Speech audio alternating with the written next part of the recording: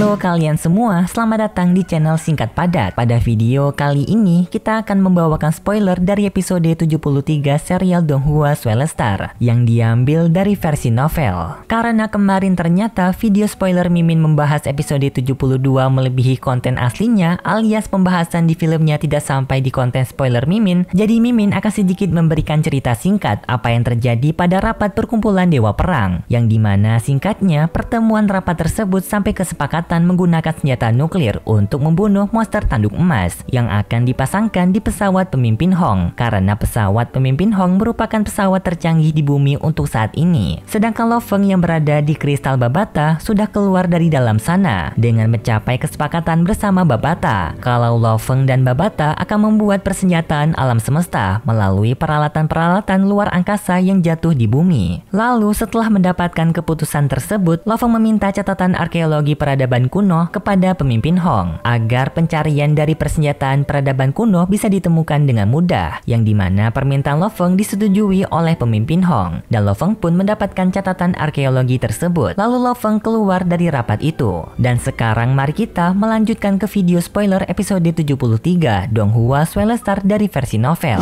Setelah Lo Feng keluar dari ruangan istana rapat Dewa Perang, Lo Feng kembali ke rumahnya, tepatnya berada di ruangan gravitasi. Lo Feng pun turun ke bawah untuk mencari Shushin, yang sekarang Shushin sedang berada di ruangan tamu menonton televisi. Di sana Lo Feng dengan tergesa-gesa meminta kepada Shushin untuk masuk ke dalam pesawat jet kaisar milik Lo Feng. Shushin yang kebingungan melihat Lo Feng terburu-buru dan sedikit gelisah hanya bisa mengikuti permintaan Lo Feng. Setelah Lo Feng bersama Shushin masuk ke dalam pesawat jet, mereka langsung segera pergi ke rumah kedua orang tua Lo Feng sambil menelepon mereka untuk segera pulang ke rumah karena Lo Feng akan menjemput mereka. Di dalam pesawat tersebut, Shushin bertanya apa yang terjadi kepada Lo Feng, kenapa Lo Feng tadi sangat panik, kata Shushin. Lo Feng dengan jujur menjawab kalau sekarang bumi sedang kedatangan monster dari luar angkasa yang memiliki kekuatan sangat dahsyat, bahkan Lo Feng bersama pemimpin Hong dan Dewa Petir bukan tandingannya. Akibat kedatangan monster tersebut, pihak Amerika telah kehilangan basis dan ratusan tentaranya. Kejadian ini akan membuat manusia mengalami periode Grand Nirvana, yaitu periode terburuk bagi umat manusia, karena di periode tersebut manusia baru pertama kali menghadapi para monster dan langsung pihak manusia dibuat kritis. Tetapi kedatangan monster tanduk emas akan membuat masa ini menjadi masa yang lebih sulit dari era Nirvana, kata Lo Feng. Shushin yang mendengar itu sangat terkejut dan hanya bisa terdiam. Lalu singkat cerita, setelah Lo Feng menjemput kedua orang tuanya dan adiknya dari rumah, Lo Feng membawa mereka pulang menggunakan pesawat jetnya. Di tengah penerbangan dalam perjalanan pulang, Lo Feng berada sendirian di dalam ruangan kendali, sedangkan yang lain berada di ruangan tengah. Di sana Lo Feng membuka catatan arkeologi peradaban kuno yang tadi ia minta dari pemimpin Hong. Lo Feng pun mulai mendengar satu persatu setiap penjelasan dari reruntuhan peradaban arkeologi kuno. Seperti contoh pertama, ada arkeologi kuno di Atlantik Utara, tepatnya berada di bawah Laut Segitiga Bermuda. Terdapat sebuah piramida perak yang berukuran setinggi 1200 meter, namun belum pernah ada satu orang pun yang bisa masuk ke dalam sana, karena setiap materi apapun yang mendekati piramida itu akan hancur menjadi debu. Semua catatan arkeologi kuno tersebut Lo Feng amati baik-baik sampai berada di catatan arkeologi kuno nomor 31, yang dimana reruntuhan peradaban kuno nomor 31 merupakan sebuah bangkai pesawat luar angkasa yang berbentuk bundar dan permukaannya memiliki banyak lubang-lubang kecil yang selalu mengeluarkan gas beracun. Belum pernah ada seseorang yang selamat setelah memasuki reruntuhan tersebut. Babata yang juga mengamati catatan tersebut menyadari kalau reruntuhan kuno di area 1 dan 31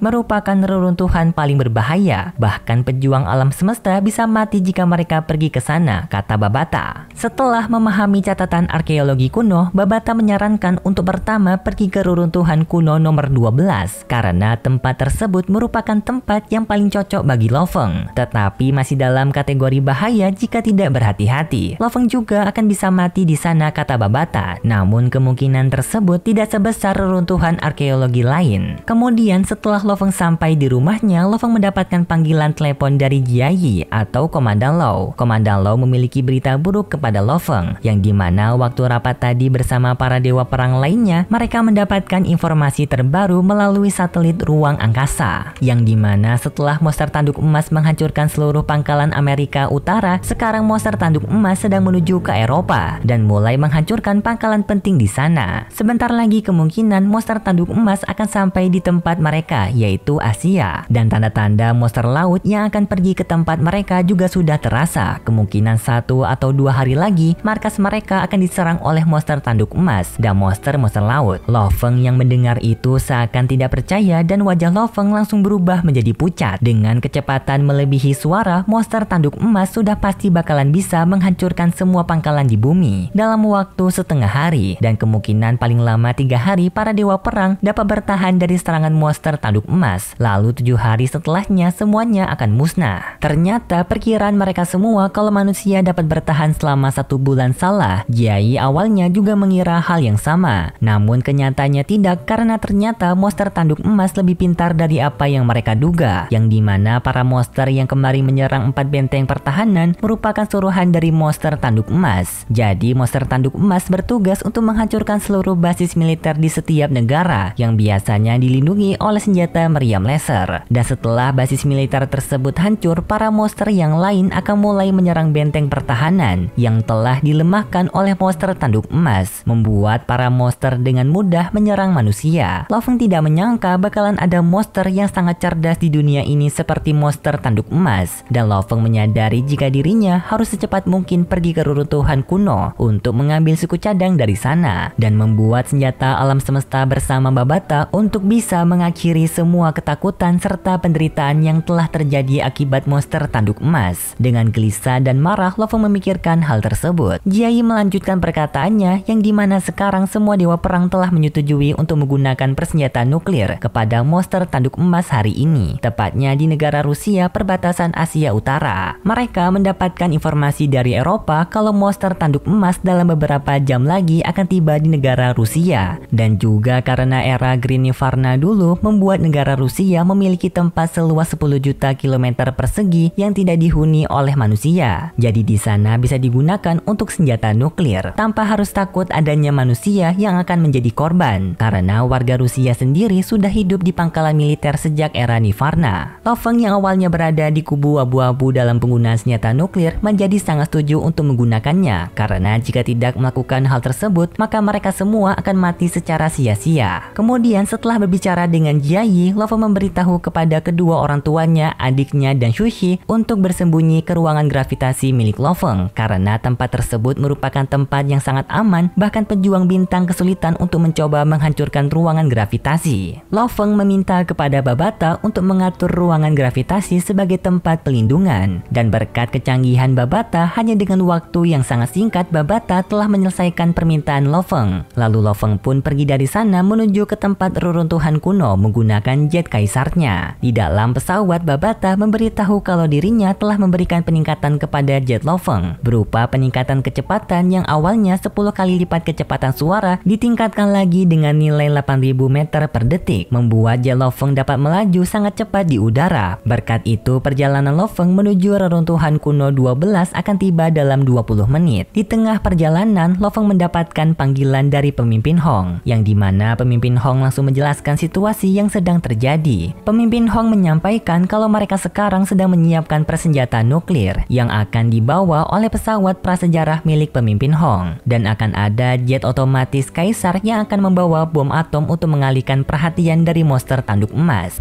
agar saat formasi penyerangan monster tanduk emas tidak menyerang pesawat pemimpin Hong yang membawa bom nuklir, dan juga berusaha membuat monster tanduk emas berpikir jika semua serangan adalah bom atom bukan bom nuklir. Karena mengingat monster tanduk emas merupakan monster yang cerdas, jadi mereka harus bermain hati-hati. Dan di sini pemimpin Hong berniat untuk mengumpulkan seluruh jet kaisar sebanyak mungkin untuk menjadi umpan yang membawa bom atom tersebut. Jadi pemimpin Hong ingin meminjam pesawat Lo Feng sebagai pesawat kaisar tambahan dalam rencana ini. Lo Feng yang mendengar itu berpikir jika rencana ini merupakan rencana yang cerdas, terlihat sederhana namun sangat efektif. Lo Feng tanpa ragu menjawab tidak masalah. Ia segera keluar dari pesawat dan memberikan jet kaisarnya kepada pemimpin Hong, karena pesawat Lo Feng memiliki teknologi pengendalian jarak jauh yang membuat pemimpin Hong dapat mengendalikannya. Lalu pemimpin Hong membawa jet Lo Feng ke kota Jingnan untuk mengisi pesawat Lo Feng dengan bom atom terlebih dahulu. Lo Feng bertanya sekuat apakah bom yang akan digunakan oleh mereka. Pemimpin Hong menjawab kalau mereka akan menggunakan bom nuklir yang memiliki daya ledak ledakan sampai 150 megaton. Saking kuatnya ledakan ini di negara Rusia dapat membuat langit negara China dapat merasakan terangnya ledakan ini di tengah malam, dan di Rusia akan terlihat sangat terang. Walaupun serangan ini akan mengakibatkan beberapa efek buruk kepada manusia kelak seperti mutasi para monster dan mengembangkan monster-monster baru, tetapi hanya ini satu-satunya jalan yang tersisa bagi umat manusia. Lalu Babata menyampaikan perjalanan Lo Feng menuju arkeologi peradaban kuno nomor 12 yang bertepatan tidak jauh dari Pulau Hawaii akan ditempuh selama 25 menit perjalanan. Dan Lo Feng pun pergi melanjutkan perjalanan menuju ke reruntuhan kuno 12, negara-negara besar di dunia yang sudah memberikan bom atom mereka untuk menyerang monster tanduk emas. Ada beberapa negara, yaitu ada Eropa yang berjumlah 3 bom atom, Cina berjumlah 5 bom atom, Rusia berjumlah 8 bom atom, dan Dojo Limits yang berjumlah 2 bom atom. 18 bom atom tersebut dimasukkan ke dalam 18 pesawat jet kaisar yang salah satunya ada pesawat jet milik Lo Feng. Dan bom nuklir yang memiliki daya kekuatan 150 megaton adalah bom yang disumbangkan oleh negara Rusia. Nuklir tersebut telah dimasukkan ke dalam pesawat prasejarah milik pemimpin Hong. Jadi ada total 19 pesawat elit yang akan dikerahkan, dan ke-19 pesawat tersebut berada di mode autopilot. Tidak ada satupun orang di dalam pesawat itu. Negara-negara besar yang ikut adil di dalam misi ini menyaksikan 19 pesawat perang tersebut mulai bergerak menuju Asia Utara melalui satelit. Sedangkan monster tanduk emas sekarang sedang berada di hutan belantara menghancurkan sebuah markas. Satu persatu dari 19 pesawat kaisar mulai berdatangan menuju monster tanduk emas, dan monster tanduk emas juga sudah bisa melihat pesawat tersebut. Satu pesawat kaisar telah tiba di hadapan monster tanduk emas yang langsung diserang oleh sang monster tanduk emas menggunakan cakarnya, membuat bom atom pertama yang berada di dalam pesawat tersebut meledak. Ledakannya sangatlah besar sampai Lo Feng yang melihatnya melalui hologram di armor lengannya. Lo Feng hanya bisa melihat cahaya yang terang menyinari malam dan awan jamur yang besar akibat efek ledakan. Tetapi sangat disayangkan, ledakan bom atom pertama sama sekali tidak bisa membuat goresan di monster tanduk emas sampai terlihat tidak ada tanda kerusakan di kulitnya. Kemudian pesawat kaisar kedua juga sudah mulai mendekat ke arah monster tanduk emas. Setelah mencapai jarak 50 meter dari monster tanduk emas, ledakan atom kedua pun dilakukan. Namun tetap saja serangan dari ledakan tersebut tidak berpengaruh kepada monster tanduk emas. Lalu rencana mereka tetap berlanjut sampai bom 3 dan 4 dilakukan. 5 negara besar menyaksikannya dengan cemas setiap serangan bom dari pesawat kaisar. Bahkan Lo Feng yang sedang terbang di atas laut, pemimpin Hong yang berada di istana Dewa Perang bersama Dewa Petir juga menyaksikannya dengan gugup sampai telapak tangan mereka berkeringat. Dan karena juga sebentar lagi bom nuklir yang berada di dalam pesawat prasejarah milik pemimpin Hong akan segera tiba dan meledakkan bom tersebut di hadapan monster tanduk emas. Oke guys, sepertinya untuk konten spoiler episode 73 sampai di sini dulu, karena Mimin gak berani membawa ini lebih jauh lagi, takut malah memberikan spoiler kebanyakan. Dari konten spoiler ini, Mimin yakin membuat kalian jadi tidak sabar dengan episode Donghua-nya besok, karena Mimin juga merasakan hal yang sama.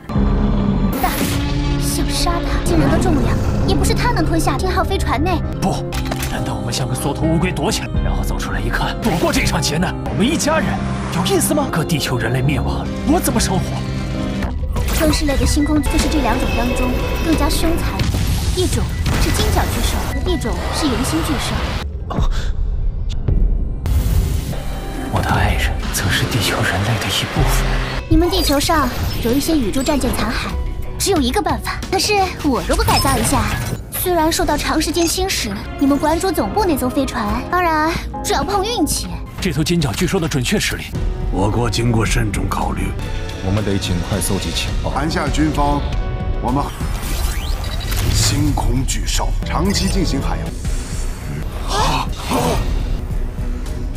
应该就是其中的吞噬类宇宙级星空巨兽。那这头星空巨兽实力大概多少？恒星体是什么？这或许是地球人类第一次遭遇好。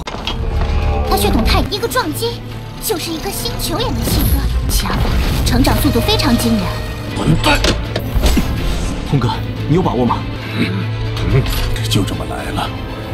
没想到，对于星空巨兽这样的怪物，先暗中开始吧。传承计划，那必须先踏过我们所有武者的尸体。他想要毁灭地球，恐怕未必能达到致命效果。 Oke guys, terima kasih buat kalian semua yang sudah menonton video ini sampai akhir. Jika kalian suka dengan video kali ini, bisa beri like serta subscribe dan sampai jumpa di video selanjutnya. See ya!